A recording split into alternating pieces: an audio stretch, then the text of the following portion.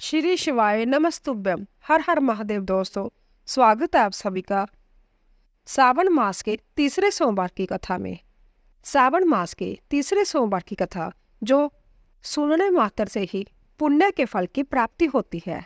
तो दोस्तों, कृपया वीडियो के अंत तक बने रहे और जाने से पहले कमेंट बॉक्स में हर हर महादेव ओम नमः शिवाय अवश्य लिखिए। आइए शुरू करते हैं। अमर कथा को सुन लेता है वह अमर हो जाता है।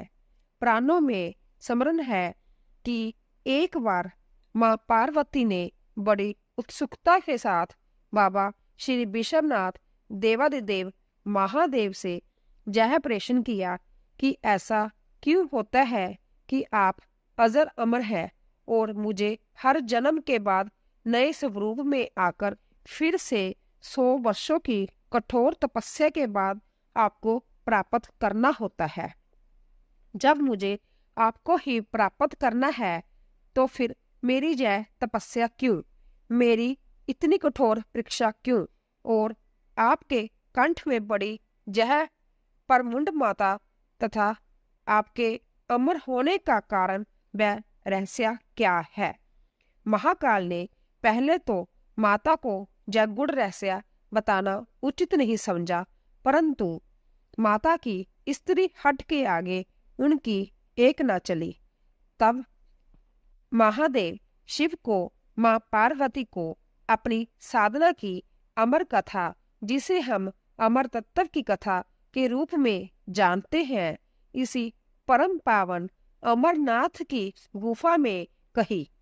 भगवान शंकर ने माँ पार्वती से एकांत व गुप्त स्थान पर अमर कथा सुनने को कहा, जिससे कि अमर कथा को कोई भी जीव, व्यक्ति और जहां तक कोई पशु पक्षी ना सुन ले, क्योंकि जो कोई भी इस अमर कथा को सुन लेता वह अमर हो जाता। इस कारण शिव जी महापार्वती को लेकर किसी गुप्त स्थान की ओर चल पड़े। सबसे पहले भगवान भोले ने अपनी सवारी नंदी को पहलगाम पर छोड़ दिया। इसीलिए बाबा अमरनाथ की यात्रा पहलगाम से शुरू करने का तात्पर्य हो जा बोध होता है। आगे चलने पर शिवजी ने अपनी जटाओं में चंद्रमा को चंदनवाड़ी में अलग कर दिया और गंगा जी को पंचतरणी में और कंठाभूषण सर्पों को शेषनाग पर छोड़ दिया। इस प्रकार इस पड़ाव का नाम शेषनाग पड़ा। आगे की यात्रा में अगला पड़ाव गणेश टाप पड़ता है। इस स्थान पर बाबा ने अपने पुत्र गणेश को भी छोड़ दिया था, जिसको महागुना का पर्वत भी कहा जाता है। पिस्सू घाटी में पिस्सू नामक कीड़े को भी त्याग दिया। इस प्रकार महादेव ने अपने पीछे जीवन दायिनी पांचों तत्वों को भी अपने से अलग कर दिया। इसके साथ माँ पार्वती संग एक गुप्त गुफा में प्रवेश कर गई। कोई व्यक्ति, पशु या पक्षी गुफा के अंदर प्रवेश कर अमर कथा को न सुने। इसीलिए शिवजी ने अपने चमत्कार से गुफा के चारों ओर आग प्रज्वलित कर दी। फिर शिव जी ने जीवन की अमर कथा माँ पार्वती को सुनाना शुरू किया। कथा सुनते सुनते देवी पार्वती को नींद आ गई और वह सो गई, जिसका शिवजी को पता नहीं चला। भगवान शिव अमर होने की कथा सुनाते रहे। इस समय 2 सफेद कबूतर श्री शिवजी से कथा सुन रहे थे और बीच बीच में गूं गूं की आवाज निकल रहे थे। शिवजी को लग रहा था कि माँ पार्वती कथा सुन रही है और बीच बीच में हुंकार बर रही है। इस तरह दोनों कबूतरों ने अमर होने की पूरी कथा सुन ली। कथा समाप्त होने पर शिव का ध्यान पार्वती माँ की ओर गया, जो सो रही थी। शिव जी ने सोचा कि अगर पार्वती सो रही है तब इसे सुन कौन रहा था। तब महादेव की दृष्टि कबूतरों पर पड़ी। महादेव शिव कबूतरों पर क्रोधित हुए और उन्हें मारने के लिए तत्पर हुए। इस पर कबूतरों ने शिवजी से कहा कि हे प्रभु, हमने आपसे अमर होने की कथा सुनी है। यदि आप हमें मार देंगे तो अमर होने की यह कथा झूठी हो जाएगी। इस प्रकार शिवजी ने कबूतरों को जीवित छोड़ दिया और उन्हें आशीर्वाद दिया कि तुम सदैव इस स्थान पर शिव पार्वती के प्रतीक चिन्ह के रूप में निवास करोगे। अंत्य यह कबूतर का जोड़ा अजय अमर हो गया। माना जाता है कि आज भी इन दोनों कबूतरों का दर्शन भक्तों को जहाँ प्राप्त होता है। इस तरह से यह गुफा अमर कथा की साक्षी हो गई। वह इसका नाम अमरनाथ गुफा पड़ा। जहाँ गुफा के अंदर भगवान शंकर बर्फ के निर्मित शिवलिंग के रूप में विराजमान है। पवित्र गुफा में मां पार्वती के अलावा गणेश के भी अलग से बर्फ से निर्मित प्रतिरूपों के दर्शन किए जा सकते हैं। इस पवित्र गुफा की खोज के बारे में पुराणों में भी एक कथा प्रचलित है कि एक बार एक गडरिये को एक साधु मिला, जिसने उस गडरिये को कोयले से भरी एक बोरी दी, जिसे गडरिया अपने कंधे पर लाद कर अपने घर को चल दिया। घर आकर उसने बोरी खोली तो वह आश्चर्यचकित हुआ, क्योंकि कोयले की बोरी अब सोने के सिक्कों की हो चुकी थी। इसके बाद वह गडरिया साधु से मिलने व धन्यवाद देने के लिए उसी स्थान पर गया जहां पर साधु से मिला था, परंतु वहां उसे साधु नहीं मिला, बल्कि उसे ठीक उसी जगह एक गुफा दिखाई दी। गडरिया जैसे ही उस गुफा के अंदर गया तो उसने कहा पर देखा कि भगवान बोले शंकर बर्फ के बने शिवलिंग के आकार में स्थापित थे।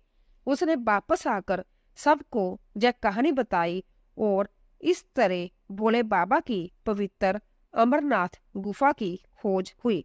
धीरे धीरे करते दूर दूर से भी लोग पवित्र गुफा एवं बाबा के दर्शन के लिए पहुंचने लगे, जो आज एक प्रतिवर्ष यात्रा के रूप में किया जाता है। बोल बोले शंकर की जय।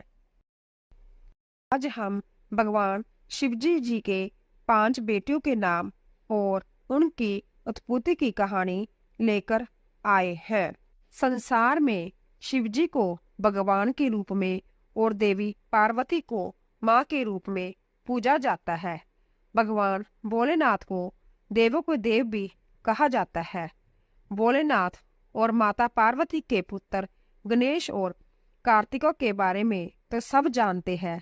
क्या आपको पता है इस शिव पार्वती के बेटों के अलावा 5 बेटियां भी हैं? जया, विशाल, शामिलबारी, देव, तोतली, ये उन 5 बेटियों के नाम है। हम शिव जी के 5 बेटियों की उत्पत्ति की कहानी कहते हैं।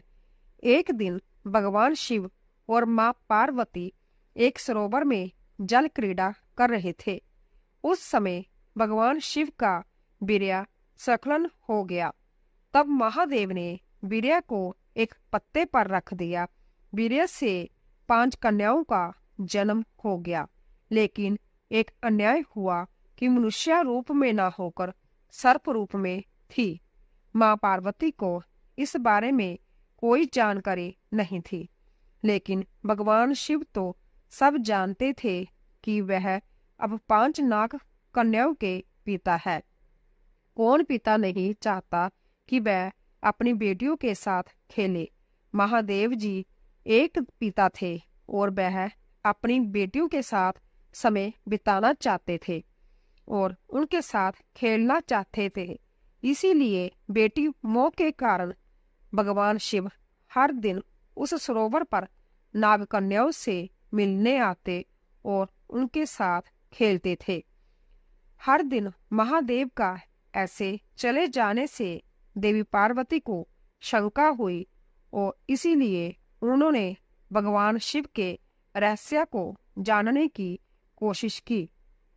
एक दिन जब महादेव सरोवर की ओर जाने लगे तो देवी पार्वती उनके पीछे पीछे सरोवर में पहुंच गए। वहां देवी पार्वती ने भगवान शिव को नागकन्याओं के साथ खेलते हुए देखा। यह देखकर देवी पार्वती को बहुत गुस्सा आया। क्रोध के वशीभूत होकर देवी पार्वती ने नागकन्याओं को मारना चाहा। जैसे ही उन्होंने नागकन्याओं को मारने के लिए अपना पैर उठाया तो भगवान शिव ने उन्हें रोक दिया। भगवान शिव ने माता पार्वती से कहा कि यह आपकी ही बेटियां हैं। देवी पार्वती बहुत आश्चर्यचकित हुई।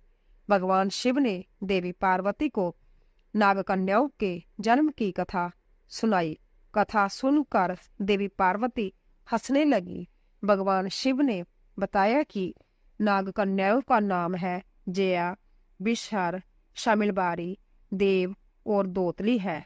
भगवान शिव ने अपनी पुत्रियों के बारे में बताते हुए कहा कि सावन में जो भी इन कन्याओं की पूजा करेगा उनके परिवार को सर्पदंश का ब्याह नहीं रहेगा। घर में अन्न धन के भंडारे भरे रहेंगे।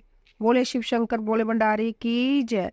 तो दोस्तों, अगर आपको हमारी कथा पसंद आई हो, प्लीज जाने से पहले कमेंट बॉक्स में ओम नमः शिवाय हर हर महादेव अवश्य लिखें और चैनल को सब्सक्राइब कीजिए, लाइक कीजिए और ज़्यादा से ज़्यादा शेयर कीजिए। आप सभी का धन्यवाद।